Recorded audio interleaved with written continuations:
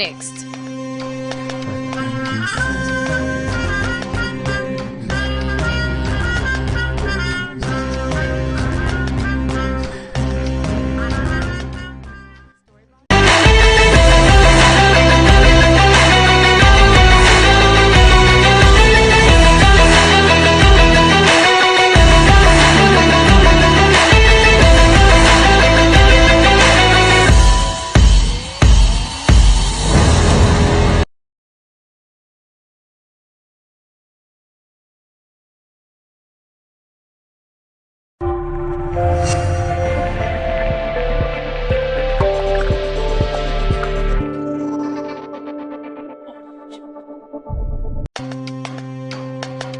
Up next.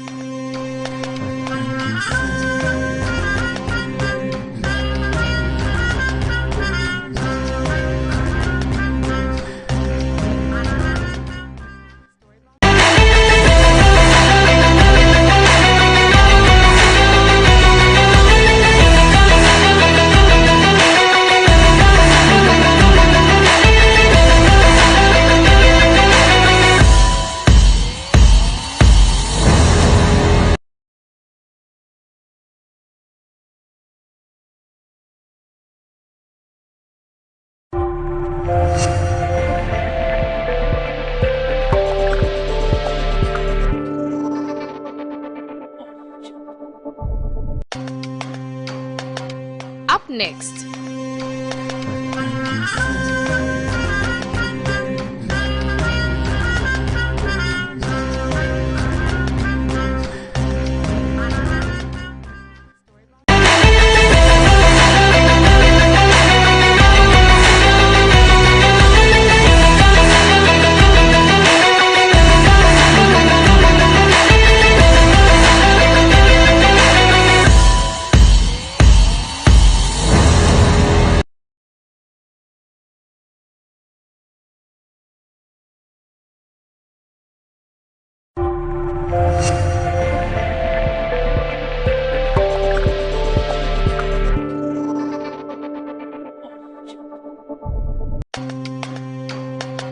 Up next.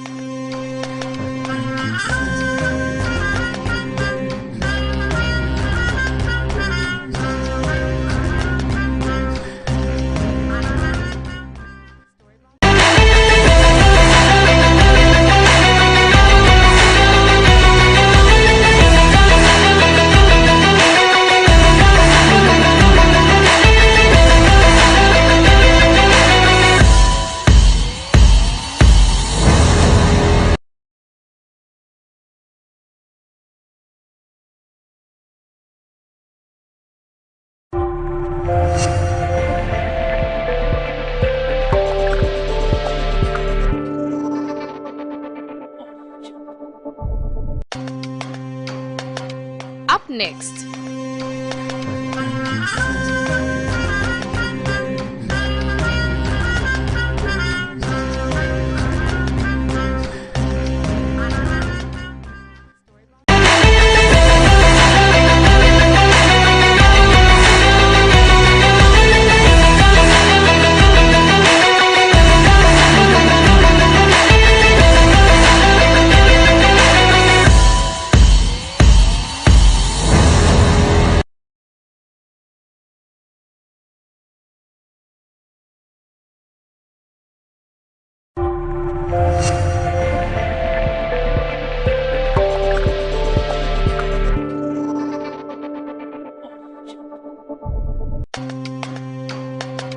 Up next.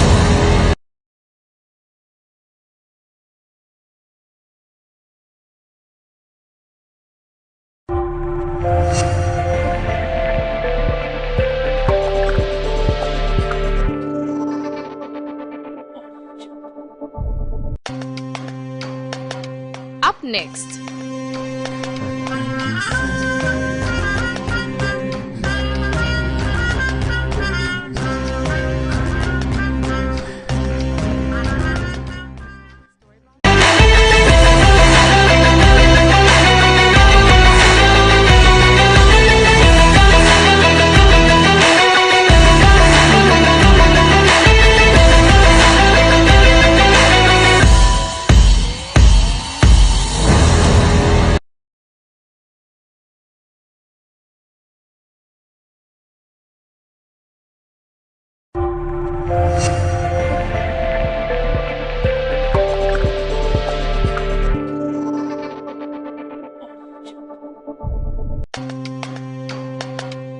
next.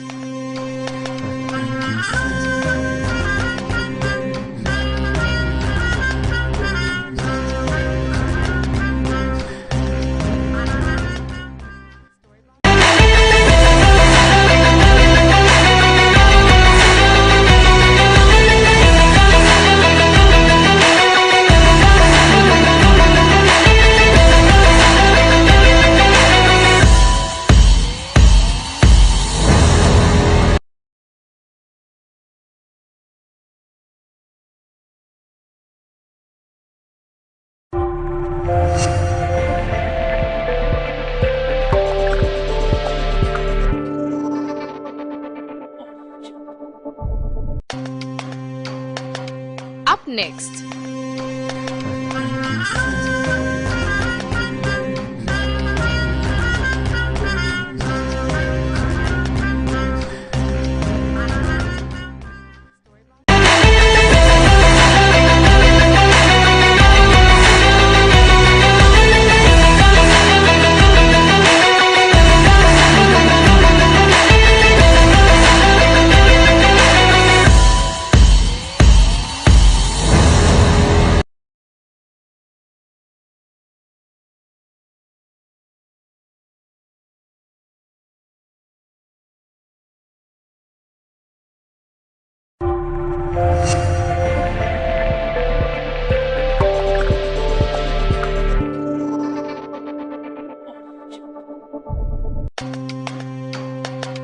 Up next.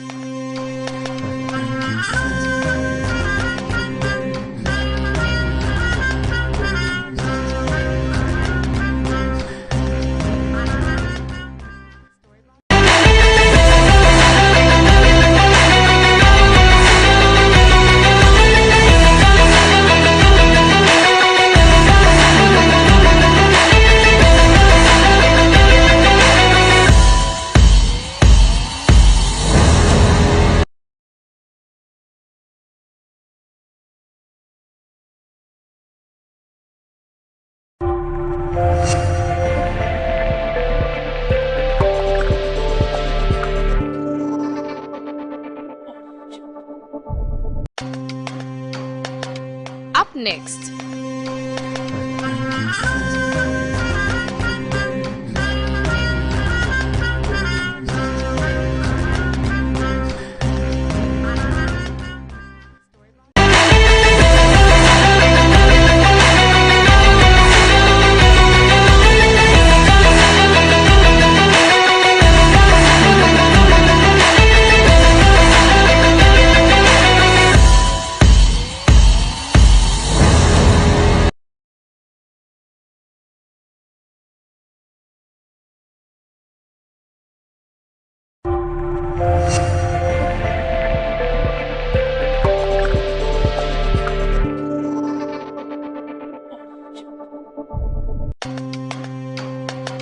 Up next.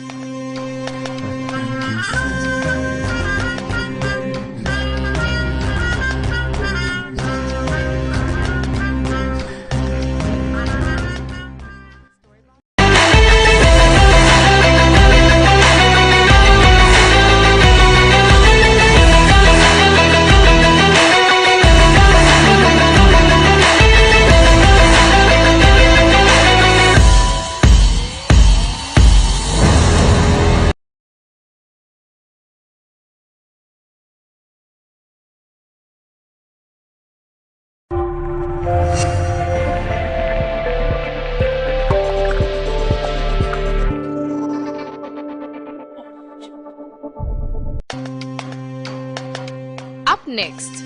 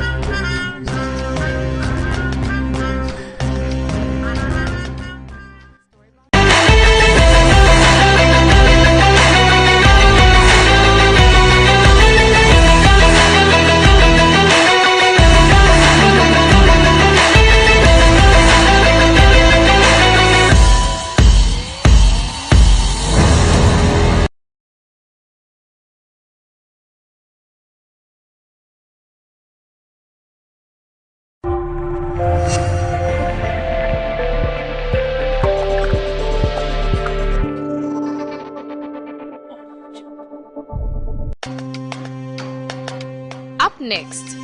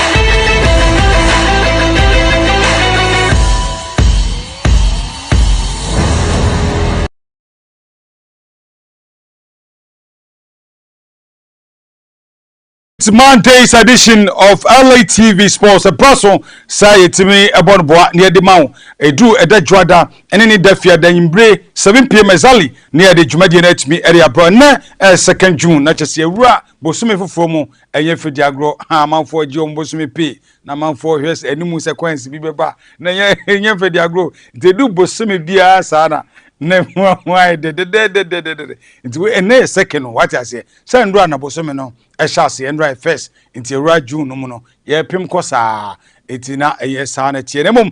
de oba ne se we ko Facebook page one mum udu one ma search engine one mum tap LATVGH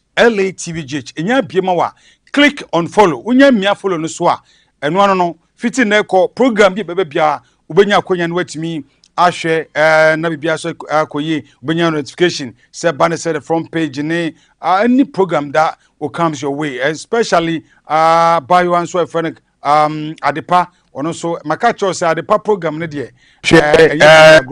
adepa program no o kire o kwan a anei wiase mu nsam etie se na wiase mu so ehu efa o san kire o se na abaifo tu nti o mu tu o mu se mi ko Clara adepa de wedia no o transesa na na eso de nyina etimi e de abro na bia so etinya ko eti koso a na hwe LTV na bia so enkoyi ma e bia na o ko tena ka mu uni bre nti o ko tena ka mu de bia na se Facebook page one se na mdi kan no ano WhatsApp LTVGH LTVGH na fi wetimi nya konya na wetimi ahwe dwumadie no sanso na YouTube page one so subscribe my na bia so entimi enkoyi sabrey agudem ensem na mede bro edino Solomon Oboadie Dontoh the sports governor me ba sma bi pe me ba na fi mede dwumadie no nyina hyase e de ama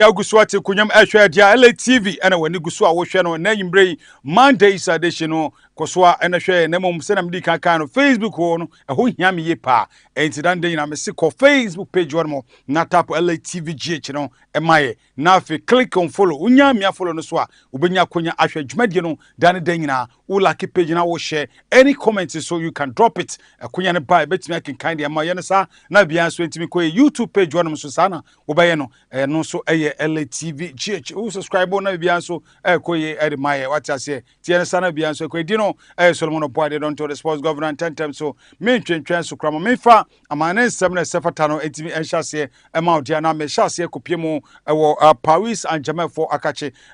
omani abre almost we win Champions League no ye ba ho no mo na mu sisi de transfer no eno mo enso ehwem na branch for no Franco Mastatano Franco Mastantiano, very fantastic and phenomenal player. Ono Argentine international, 17 years of age. Team do dona any di Abranti echi. Na wo hwe ne America say Abranti Real Madrid Los Blancos for and ahase twin komo. Na so PG for abawrum aye counter ane on beso mu hajake that fantastic chap no. Ni di no Franco Mastantiano. Iti no sanyame atom na se Abranti no e pim wo sin no e wo Champions League na wo hu Abranti na season you definitely know this guy called Franco Mastantiano, very fantastic player. And they, you know, some and I'm ready to draw Ediamano. Now we me fi on montentem so na makopie mu ewo na no mementa na yefe diagro ha Champions League no ehase no na efe say Inter Milan e ba twe ne tawe wa waste slot no abasona na nka wo pa kono in fact ahye basona for no pa ezan no munim say na nka mpo Inter Milan be ye dia enka mu jala miya mamo Rafinha mo oh na nko mutumi koye keche na ka Champions League no etumi koye de mpo omo hye basa kra na enka koye 5-0 that be enye possible enti ka Champions League no ebetumi de ye pa for the first time I share Champions League in fact I hear the West Champions League mehu na anchi glimpse no ama mehu impo Europa League no Tottenham ne Manchester no kwa na de even Conference League round Chelsea no nemu de ye pa nanso no wo hwe PSG ani Inter Milan na in fact wo mo destroy Bobo Koefen Inter Milan etimi annihilate womo nya Jomurebi 5-0 na no na Nasser Halifi for 14 good years so be for club no afei na nani age zanse play do na anyway to to womo or the likes of Messi, Neymar da Silva, Zlatan Ibrahimovic or to players bebre Sergio Ramos mu nyina kofa ho no mo na so yes to womo etimi Thiago Silva mu nyina etimi amfa Champions League no this time around master tactician Luis Enrique etimi mastermind etimi amfa trophy na so na no eno J trophy no eno oh munya video mame na me fa trophy no enchire Thiago Silva esanse wo ye sahene bia na me penasem ye pa no no ye very committed for years and san empokra no oko Chelsea for as a free agent na Abranti or respect no ti no say hwe trophy no Thiago Silva say yeah why are there enye easy wabre enti no ene ya wa win no me support you pa enti utumi se na se Halifi ne ne agie pa se watimi awini sa UEFA Champions League no 14 good years since obefa club no almost 2011 and obepie mu nei watimi abaje sa trophy no esi ne naso Sheikh Mansour mu nyina age Champions League no enti na won je no ntiase Sheikh Mansour Manchester City owner enti ne ya no so abaje Champions League no na se ne ni agie pa we ene nsem a no so ekoso efa UEFA Champions League no we dey nsem so mesa ba obium na mama nwura mu transfer no issue no transfer no mu ade ye pa na Bronte Nico Williams ade chia na club do na HS last season on opportunity say we sen kokọ Barcelona na so no oye do ya la kwe niam sa ema niam antimi ankoyi amana na emika say Chelsea the Blues for na ahase a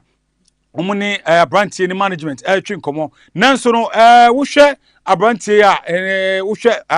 Abranti ogina Nico Williams in China your friend Hodgson very fantastic player see kan edema Los Blancos Real Madrid bobuko no into wa sha se convince no Nico Williams Real Madrid for afatete for dada a mo hwe ni mu sese o mo nsabe kan Nico Williams san se oba obetumi aboa club no into we picture ya na esa Abranti utumi se o ka che ne se masa menko club ya na Chelsea for the senga o kwa se we bra Real Madrid na be ka me ho na bia so enko intino eno ne nkomo an nei o mo hwehwe a bia so ekoye no na wo Paris Saint-Germain fo akachi biem ana makodu no omo pay tribute bi area ma coach efe no Luis Enrique omo se omo kai 2015 a oje Champions League no abayo a efe no Zena age of 9 years na chese the we are celebrate satampo no wodru babia sunset 2015 no very young or flag no Barcelona flag no na wo de kata no ho na se na ni agie pa na emu 2019 eno nya cancer ena otumi ehwere ne nkwa eno aye Zana 9 years of age ne baba ono odana koma so yipa owu ya na opani eko meka se ono kasa retire kraje na home e football mu echi ena ofi ono aba ka ene obekochi PSG bobuko na wetimi winning trophy no enti na wo say fans no epe sa tribute no erema no na omo hye ne nkran yenko enkotie tribute ne kakra.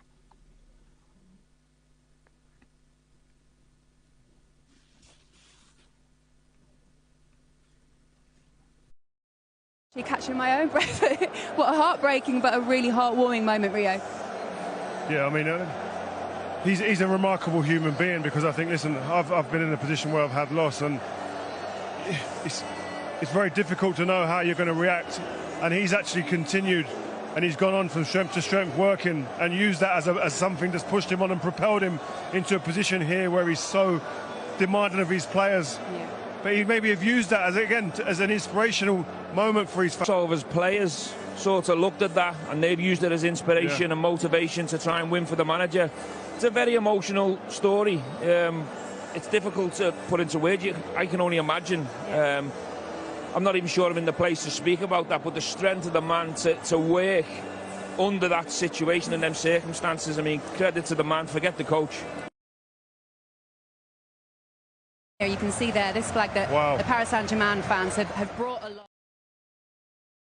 Training Edima PH Kono Osha de we are omo appreciate the wetimi ayediama womo na we so muso etimi boano na wetimi kai ne baba zena etiwe NSM won so na ekoso ede wonsam so Edima na onyame atuma Club World Cup no ehase na Club World Cup no kra no omo bie mini transfer fair entra na bie transfer no nyame atuma 10th no metimi close sa transfer no Edima Club World Cup no nko a na fe nyame atuma on the 15th no na Club World Cup no etimi ahase Club World Cup no enya shase pe na fe on the 16th o masan bie window ni na ediama all the European clubs no na mum hye no so se wo hwa nyame atoma 15th no shase na group A no sei na tie Palmeiras any FC Porto any Al Ahly of Egypt and Inter Miami Lionel Andres Messi Curicini oni Luis Suarez any Sergio Busquets omakopiem wo sa group no enti nyame adoma emu be de ho yepa group B no so ye PSG Atletico Madrid Sasuna Botafogo very fantastic one of the best players ever Brazil Sasuna Seattle Sounders and so USA ono so ewo mu ewo sa group B no group C no eye Bayern Munich Bavarian Giants on Auckland City and Boca Juniors Benfica we group C group D no eye Boboko Ifeno Flamengo and Esperance of Tunis and Chelsea the Blues and Los Angeles until Los Angeles and branch Feno Olivier Giroud esi na kan until for the first time Chelsea first game no against Los Angeles no Olivier Giroud ebetimi ahia wo mo and also a group D a emu ahie papa ye fidi agro so and uko group E no so a River Plate e wo mo not that very controversial football club and Eroa Rest also and Montreal and so Honomo and Inter Milan and so Honomo Sasso and Ampocrano Group F and also Fluminense and Borussia Dortmund Ulsan HD and Boboko Feno Mamelodi Sanders from South Africa and so Group F and Ampocra Group G and also Manchester City from England and Wydad Casablanca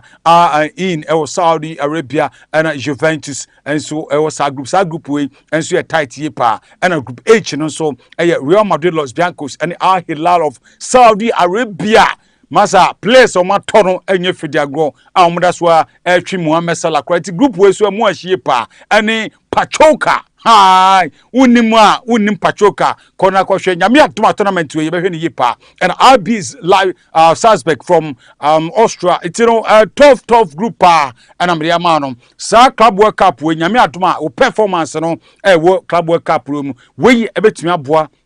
Emma Ballon d'Or no betumi agi esine wona so esanse ne Ballon d'Or no best 28 mi abadada ana Lamine Yamal second na Brantie Ifeno Ousmane Dembele eda first omo patche se ne performance no e wo soro this very season enti no Club World Cup we me factor ni nyina aka ho ne ahwedo betumi win Ballon d'Or no we enesem wona so na ekoso a e fa Club World Cup we de wonsam so e de ma won senia esem na sifa ekona Peter Cech and so e de atudwa o se oni Frank Lampard e se wo hwe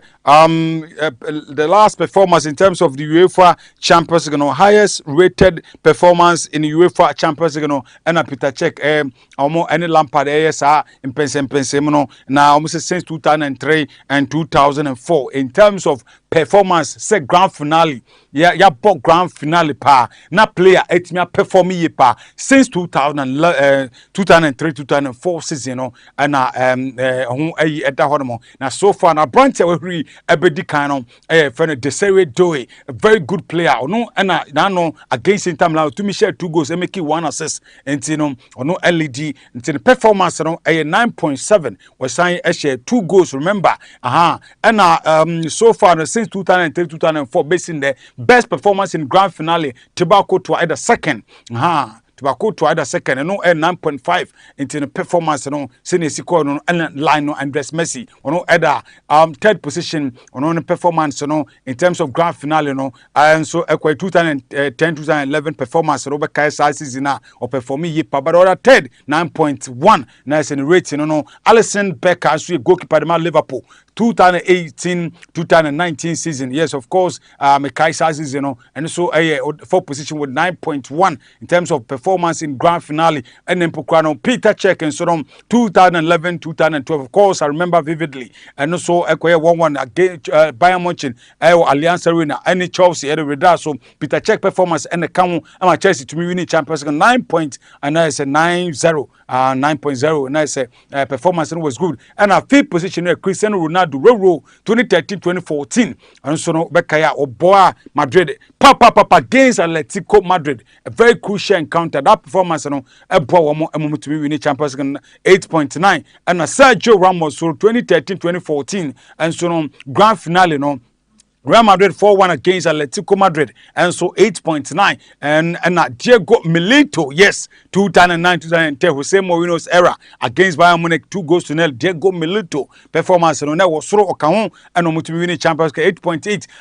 and Frank Super Lampard 2007-2008 Saya no Chelsea and Team winning grand finale against Manchester United Emma John Terry Crack say penalty but Lampard performance no na I was so saying all the players in even against Manchester United and 8.8 and Steven Gerrard Steven G 2004-2005 and so 3-3 if you could remember and the miracle of Turkey Liverpool for tennis score line no outside and to me winning Champions League no Steven G and the performance and exceptional in that very year no and that was 2004-2005 it's 8.7 it's we Champions League for the history books and the highest rated performance in the UEFA Champions League final since 2003-2004 I know wait me Asher and so Eddie Amame mami fi no mo na fe intentam me kopie mo UEFA Champions League that's why Gina PSG for catch no PSG supporters no omo de ye win Champions League ase omo hu bi da wo ma assess pitch no omo tutu no oh na wo hwa artificial pitch fe omo tutu ni na enti wo ya screen so abon se ne tie omo assess pitch no kra ama che so ma damage na bi si daw say Champions League no club etimi win Champions League no na fe wo motimi assess pitch da bi ebinsi da but wo mo celebration no etimi assess to pitch no kra ema eniema nkoye ba nyame atuma eda ukuada UEFA Nations League no Portugal and Germany ebebo ewo sa Allianz Arena pitch we so anasa Germany and Portugal ebebo ewo sa Allianz Arena pitch so na so director Jürgen Maf ede atudwa second bia so no ombeye pitch no na nyimbre kosi eda ochena na afi match no ede abetumi abaso ewo Allianz Arena ntiwe ene semwa no so no ekoso afa UEFA Champions League no sensem na meka mesa ba obie mame enwremu na femi nko entantam so dia Alejandro Garnacho ene ya meka say ono expect say obetumi free Manchester United for akachi isi ade ono akasa aka Napoli for aba Chelsea for so Napoli for aba de amo I ready na so no abante na show interest area ma Chelsea club no so ono ayoda ni agency omo nhase ene Chelsea for entwe nkomo na say bibia toto ya obetumi akọ na akosi akan area ma Chelsea boboko no nti we ene nsem a efa Alejandro Garnacho ho ere onsem so ere ma no nsenia esem re si for icon na ene ya meka say Chelsea rankings etumi aba na sa UEFA rankings na aba anopeya ensa kan ye no 2025 rankings in terms of the UEFA Champions League no Chelsea 2 years ni omutimi bo Champions League na so rankings ne buy no o kan obi number 1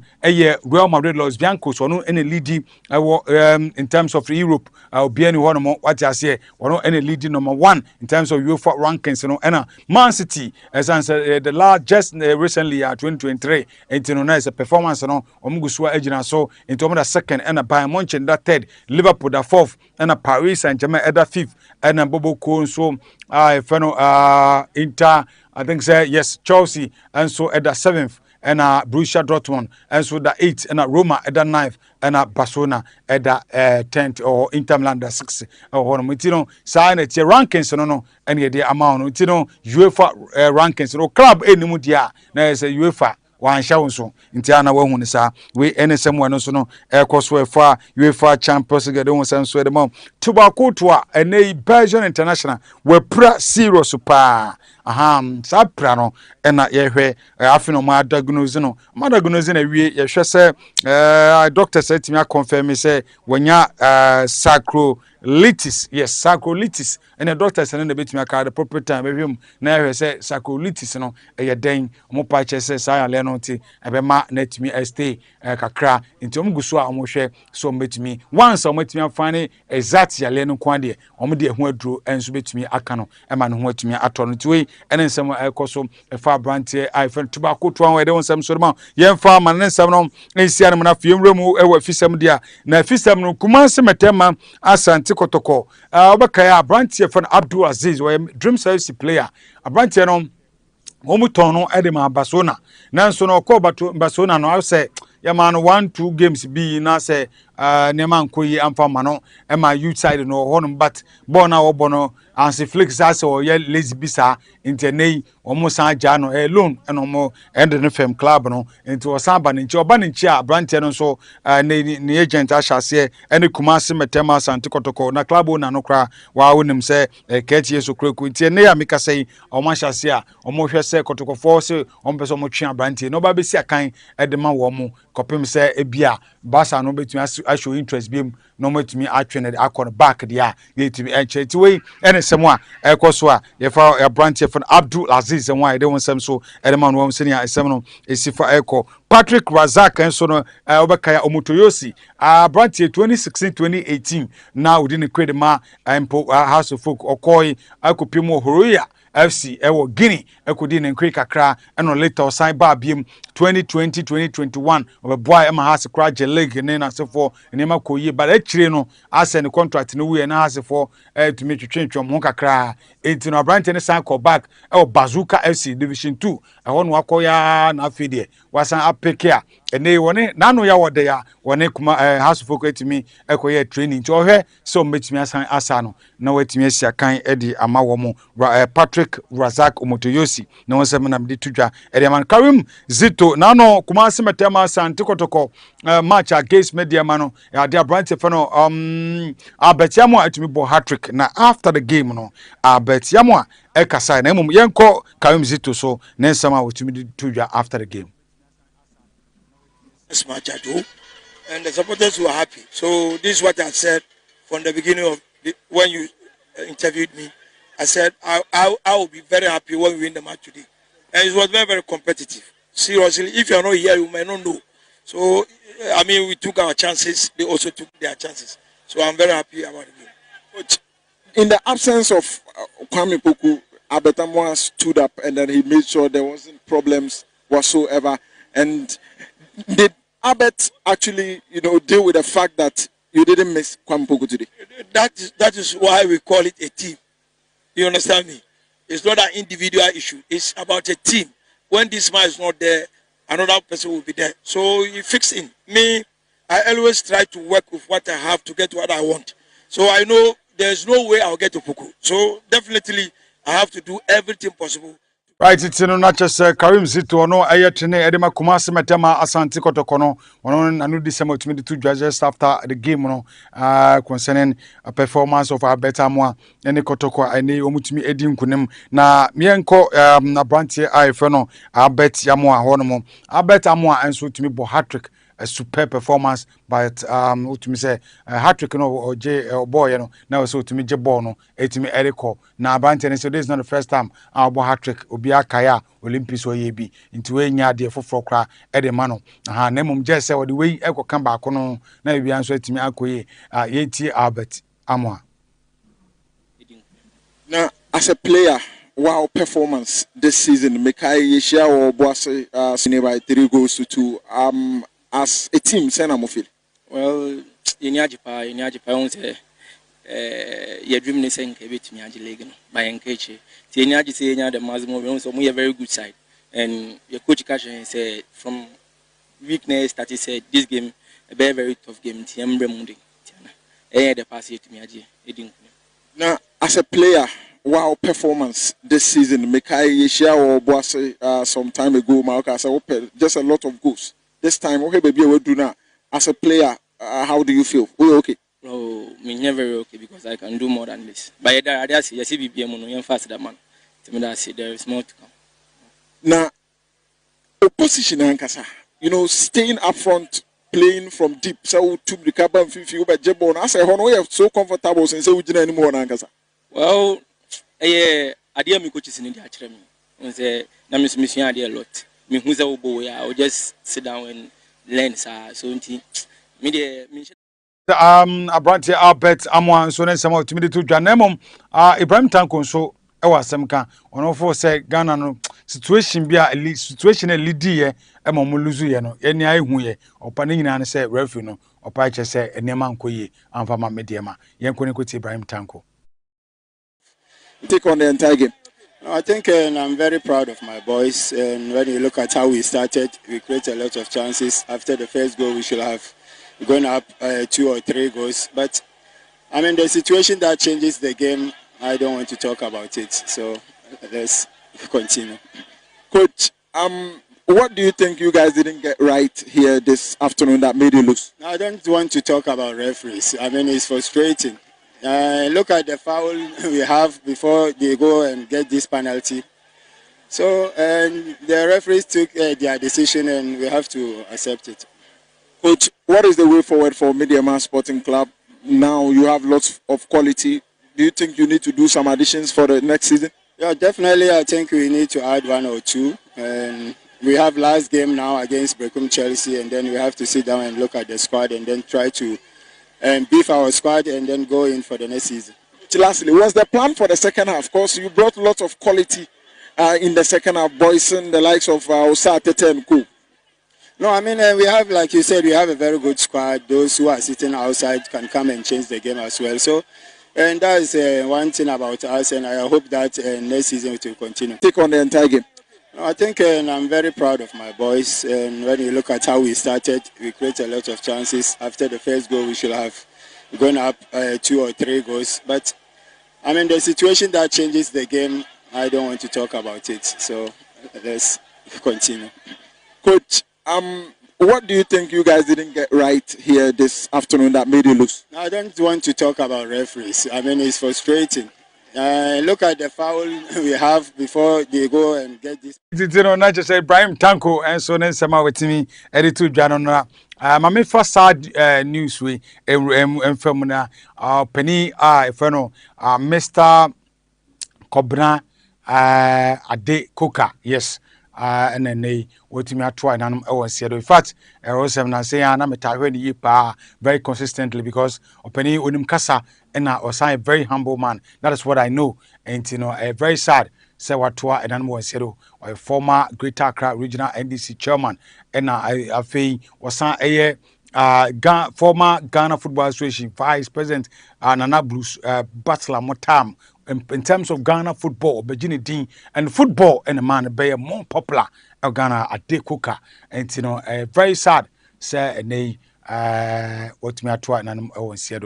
Rosempa, very fine man, fine gentleman, but sanity, you know, we if I'm from Accra, it will share a bush for yako yankopon emfa ne kra ensie ye ti wei ene nsɛm a no so no mede twemu na bibia nso ekoya hye no so sɛ nation service ho ansansam andra match no nation service no hwɛ no sɛ kwan bia so obetumi adi nkunum na no me ne omo atwe nkomo na omo nsɛm nyina no sɛ legend de omo amagye awia no sa ba no mo refi sɛ omo kwa we mo kɔ nzima baseke holy stars no mo makobo omo so baseke oluzupe opese ono eko relegation enya ade a wo masa kwan no ntina match ni mu tough and the first one na say ya ji penalty am second one and am say hey there be when kwade esi na ntukwa no start gidi na Dr. Kwame Chese da bi say sa da be koso dia ene na wafre ono ankasa fa tetefo no ka kire management se masa munja ball no bo me mbobiem kra me na mdim sika wati ase na say na be koso dia e wo Ghana league ni mo dia ene na dabi league no enya de a mebobi matwe me ho afrim or the official statement aba se watwe no ho afi league no se nti a wo ye san se wo no emfa football ho na ne nkofo na se nipa nko prepra because of football dabi omonjai ono ana no pese oje trophy no e say wo pabiem minim se bia ade ekwachi a wo no koda sunya su yi na ade be chi na afi na adwan kosesa dia for now mentimi enkere na mum for now the statement omre aban say o boycott Ghana so mabano Ghana Premier League no that's what we know until for now nti ohwe incident bia yenko we incident kakra ne ntie mu nsem kakra.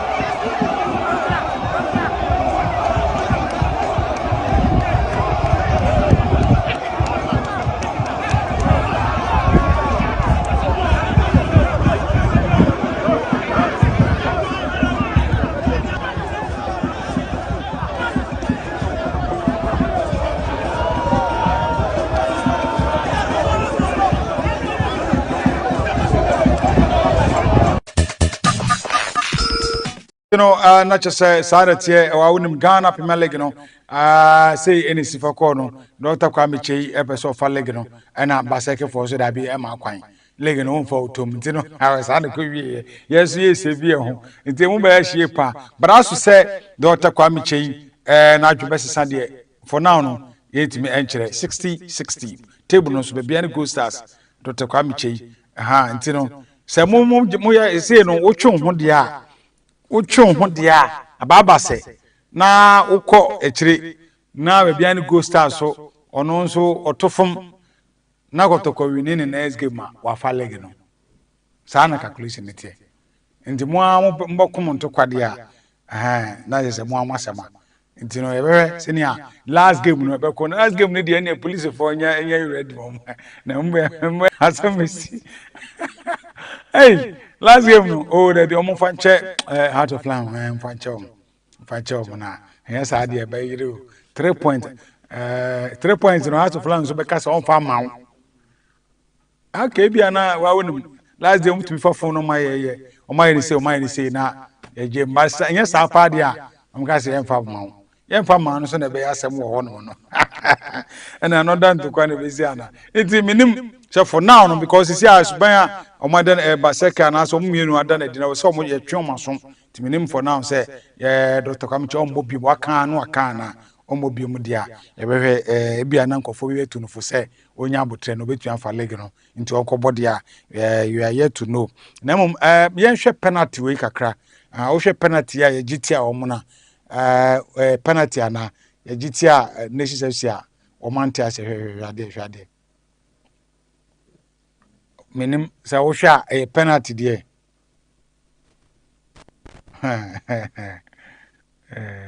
me hwe say penalty ana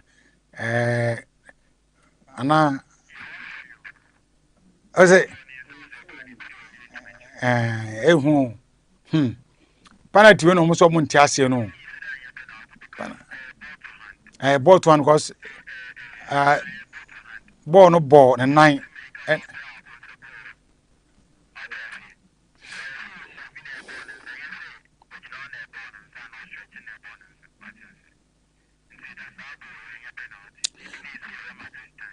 ball we there ehu na nwa Ghana league na nkasa there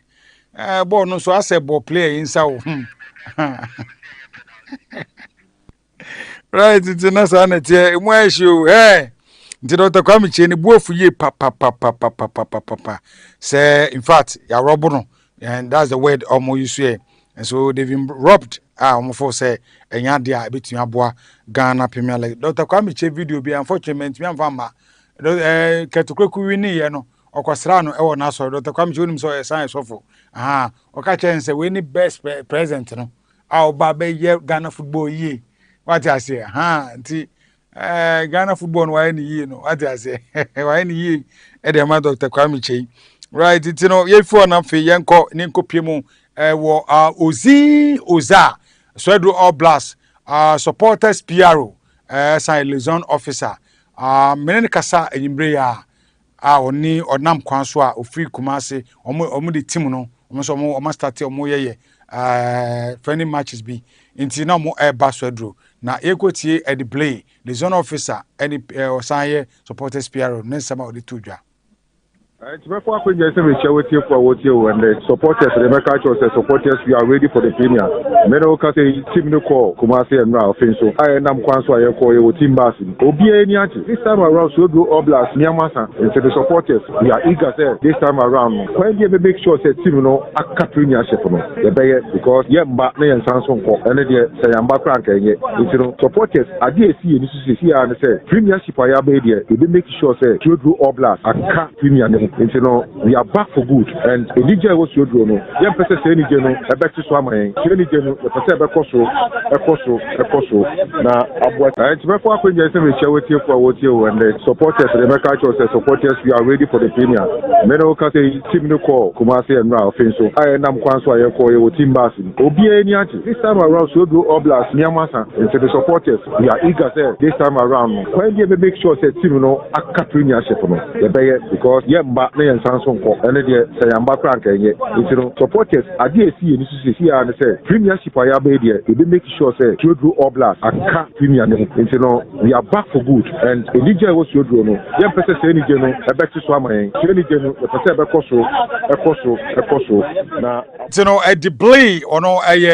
supporters PRO and osan liaison officer you know Oboadie Dontoh in fact Oboadie Dontoh papa the play me born about because me share from last 2 seasons bana effort omodia ahemua besine ane Oblast etimi qualify many agpa kudos to them so much me qualify now chairman Alex Menu Kumase Santokotoko akupimo Ashanti regional circus chairman and so me bopino imbrea ana me bisa say chairman he say league moje ana ase muntumenje yenti chairman nsema de tuja right it here say yen sabeka chairman Les Menu nende no na fe yetimi abo area man na hwe nsema wetimi ede tuja concerning the league no na maybe sa chairman Alex Menu say league no we sure say mbetimi awini ashase o say they are far from say mbetimi awini but they do baby nso sign gada be momentum no de shemu say ye ni say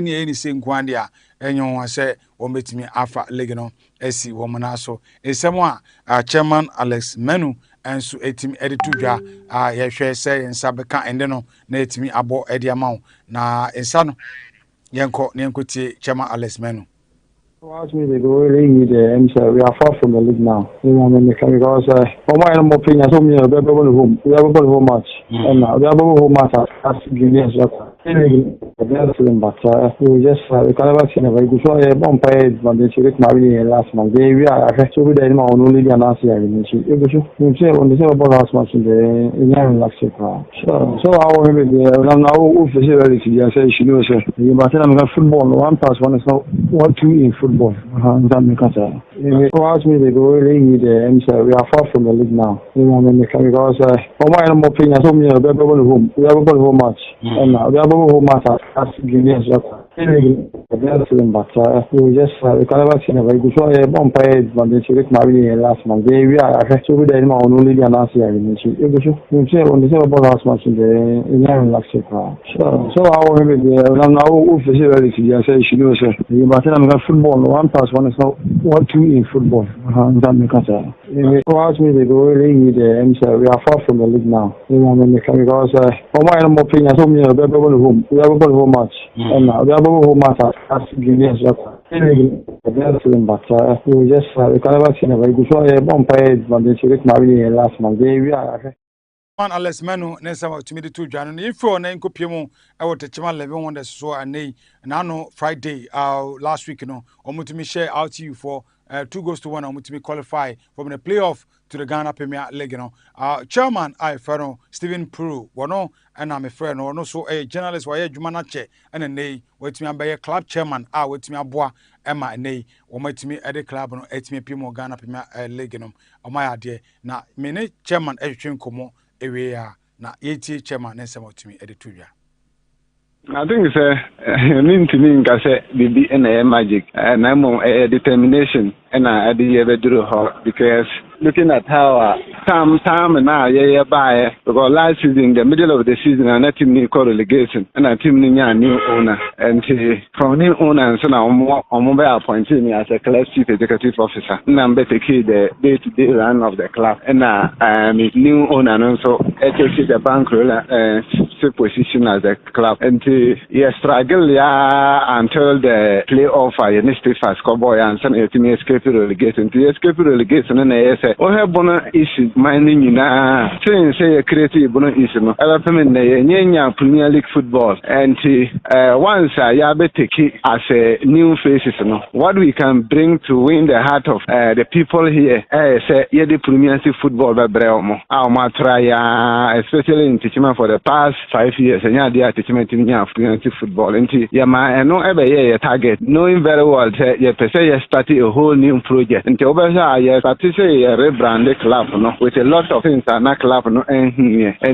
no Emma supporters na omo lose interest football mo lose interest 11 wonders mu and to me enya omo back with the brand na start launching of our conquest na to new bus na rebranded the whole club especially in the social media to look so attractive and who say with this all these things no say the classic football no Premier League football no can ho idea ebetimi aboa nti we targeted say was say you qualify and you started no man said that enko year because you started after week 4 now you the second but last in the league lock but week 4 echo